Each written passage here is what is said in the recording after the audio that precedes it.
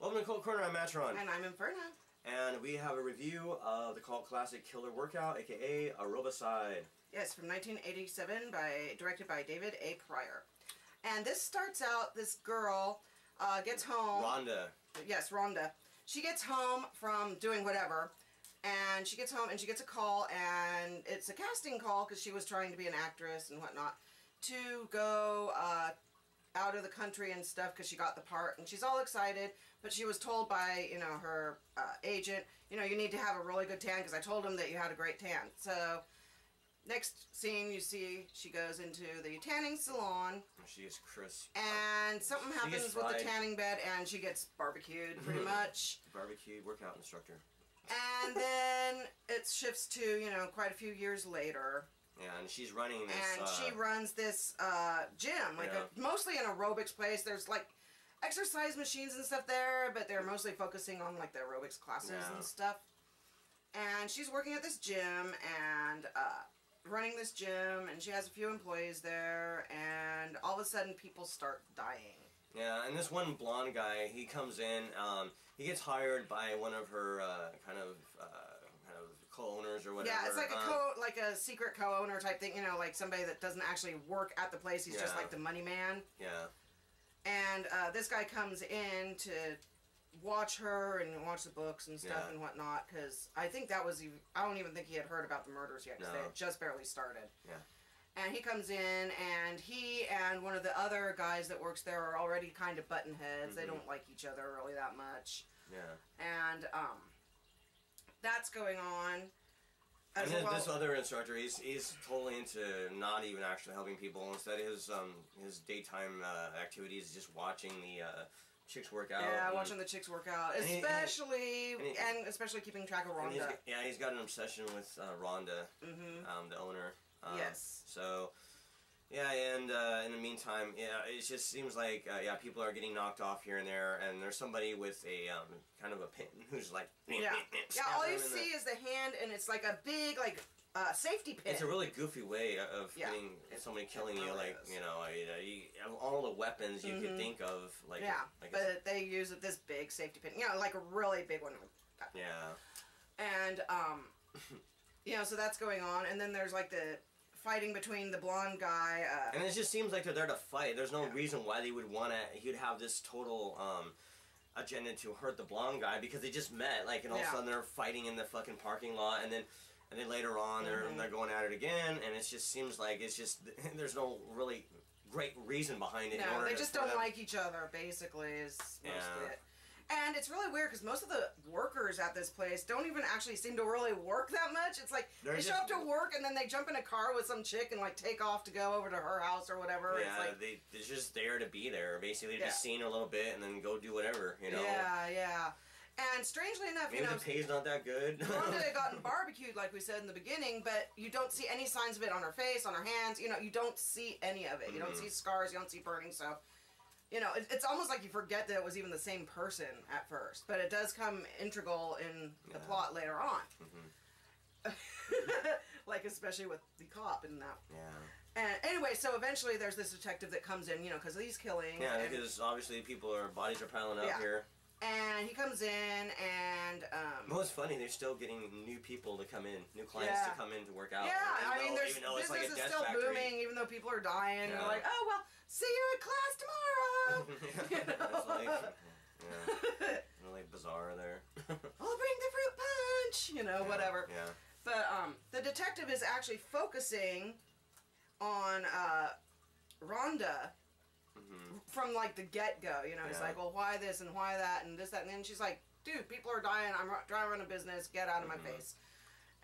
But you know, he seems really kind of focused on her, and he's trying to like find evidence against her.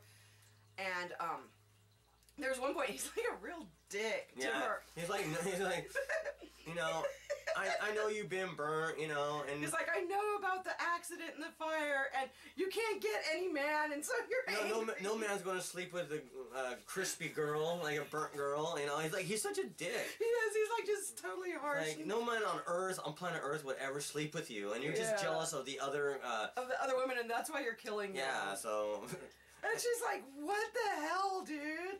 I mean, that's just such a low blow. I mean, she's mental anyway, but fuck. I mean, that's just like makes it even worse, you know. I mean, it was like just so messed up. It was funny. No one will even freaking. No one wants you ever. A homeless transient fucking leper would not want to sleep with you because of your burnt skin. That's basically what he said. Yeah, pretty much. Yeah, it was bad. And she's not that bad for burnt, you know. No, her face. Like I said, you don't see anything until she like takes off like her wig. Yeah, and you see like she's got the back of her head's burnt a bit. And then you see later on she's like all crisp, but it's like not anywhere where clothes don't cover. Typically, so you know usually. You don't notice it. Yeah. But come to find out, she actually was the killer. Yeah. All along. So the detective actually had it right, even though he was an ass. Exactly. But he's taking her for some reason out into the woods because I think he wants to just kill her instead of taking her in like legally, which is really weird. But she gets the hint on it and she ends up killing him instead. Yeah.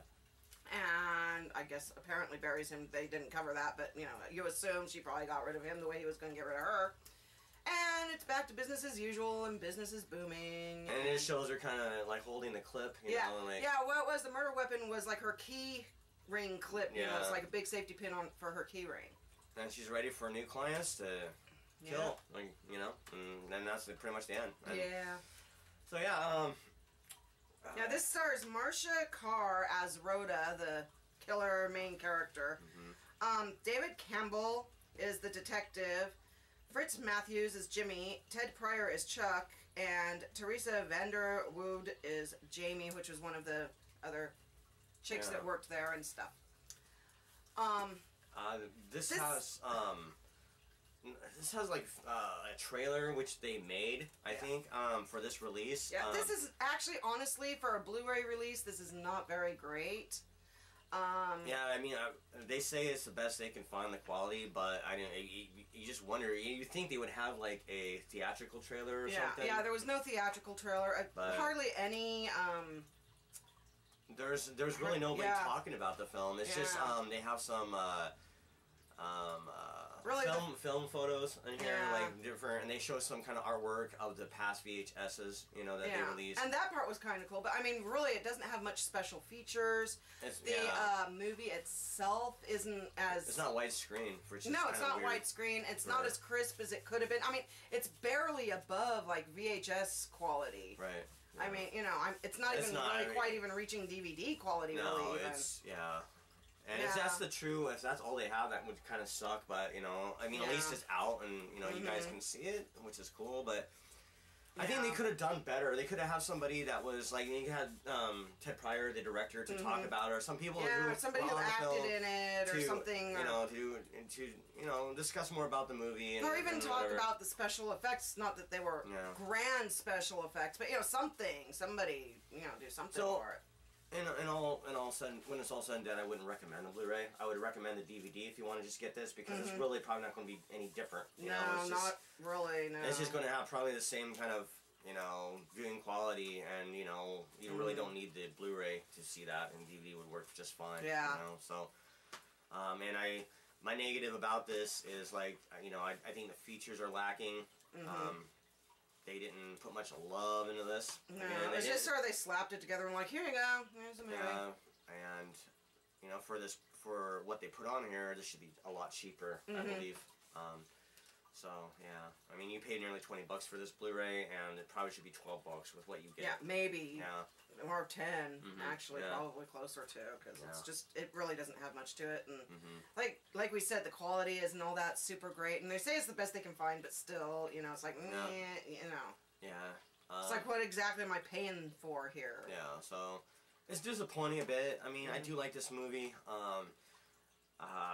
There's another workout movie that's better called Death Spa, starring the guy from Day of the Dead, or not Day of the Dead, but Dawn of the Dead, and it's a really good film, and more gorier and just more darker. Yeah, because this one isn't particularly. The death scenes are kind of meh.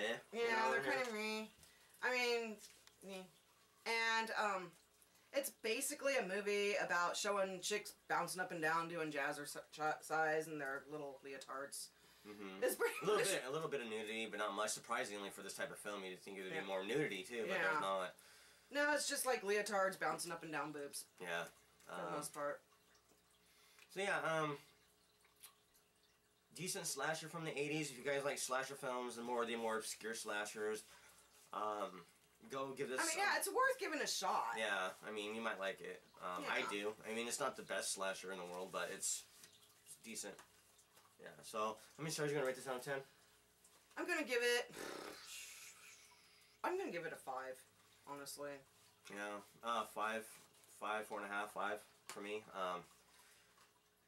It's not good or anything, but I do enjoy even the most kind of low-budget, obscure slashers, and yeah, I mean, if you want kind of a fun slasher night, you could pair this with Slumber Party Massacre, Death Spa, anything, and just any kind of slasher, and just enjoy. Yeah. So, yeah. So that's pretty much what you get. And that's our review, and we'll see you next time. Hail the horror. Hail horror.